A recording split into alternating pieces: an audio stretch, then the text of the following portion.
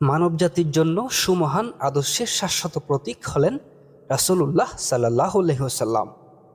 সমগ্র মানবজাতিকে হেদায়েতের জন্য যিনি ধরার বুকে প্রেরিত হয়েছেন, আল্লাহর মনোনীত একমাত্র দিন ইসলামকে প্রতিষ্ঠা করেছেন।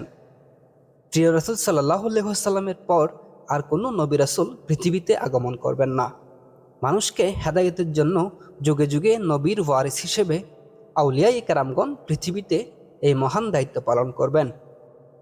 প্রিয় রাসূল সাল্লাল্লাহু আলাইহি ওয়াসাল্লামের পূর্ণ অনুকরণ করে নিজের জীবন পরিচালিত করার বেনজির দৃষ্টান্ত স্থাপন করেছেন খলিফায়ে রাসূল সাল্লাল্লাহু আলাইহি ওয়াসাল্লাম হযরত শাইখ সৈয়দ গাউসুল আজম রাদিয়াল্লাহু তাআলা আনহু। তিনি নবীজির সুন্নাতকে নিজের জীবনে বাস্তবায়িত করেছেন। সিনা তাওয়াজ্জুহ ও ফয়জ কোরআনের নূর প্রদানের মাধ্যমে মানুষের অন্ধকার কলবকে আলোকিত করে হেদায়েতের পথে পরিচালিত করেছেন। পাপাচারে নিমজ্জিত যুব সমাজকে নবীজির আদর্শে জীবন গঠন করার প্রেরণা দিয়েছেন। হুব্বে মুস্তাফার শিক্ষা দিয়েছেন।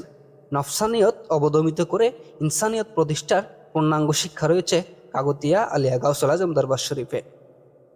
প্রিয় রাসূল সাল্লাল্লাহু আলাইহি ওয়াসাল্লামের পথে এবং মথে খলিফায়ে রাসূল সাল্লাল্লাহু আলাইহি ওয়াসাল্লাম হযরত গাউসুল আজম রাদিয়াল্লাহু আনহু নিজে যেমন সমস্ত জীবন অটল এবং অবিচল ছিলেন, স্বীয় অনুসারীদেরকেও তার শিক্ষা দিয়েছেন।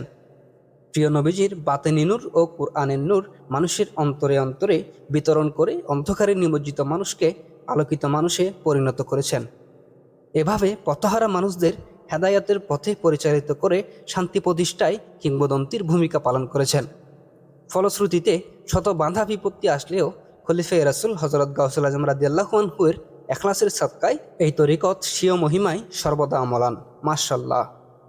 শুক্রবার ৪ অক্টোবর বাদে আসর হতে রাউজান জলিলনগর বাস স্ট্যান্ডে মনিরিয়া যুব তবলিগ কমিটির বাংলাদেশ উত্তর রাউজান ১ নং শাখার উদ্যোগে পবিত্র জশ্নে জুলুসে ঈদে মিলাদুন্নবী সাল্লাল্লাহু আলাইহি ওয়াসাল্লাম উদযাপন ও খলিলুল্লাহ আওলাদে মুস্তাফা খলিফায়ে রাসূল হযরত শাইখ সৈয়দ গাউসুল আজম রাদিয়াল্লাহু তাআলা আনহুর স্মরণে আয়োজিত এশাত মাহফিলে ধর্মপ্রাণ মুসলিম মিল্লাতের উদ্দেশ্যে প্রধান অতিথির বক্তব্যে কাগতিয়া আলিয়া গাউসুল আজম দরবার শরীফের মাননীয় মুর্শিদ আওলাদে রাসূল সাল্লাল্লাহু আলাইহি ওয়াসাল্লাম হযরতুল হাজ আল্লামা অধ্যক্ষ শাইখ সৈয়দ মাননীয় মুর্শিদ আজম মাদ্দাজিলহুল আলী সাহেব এসব কথা বলেন।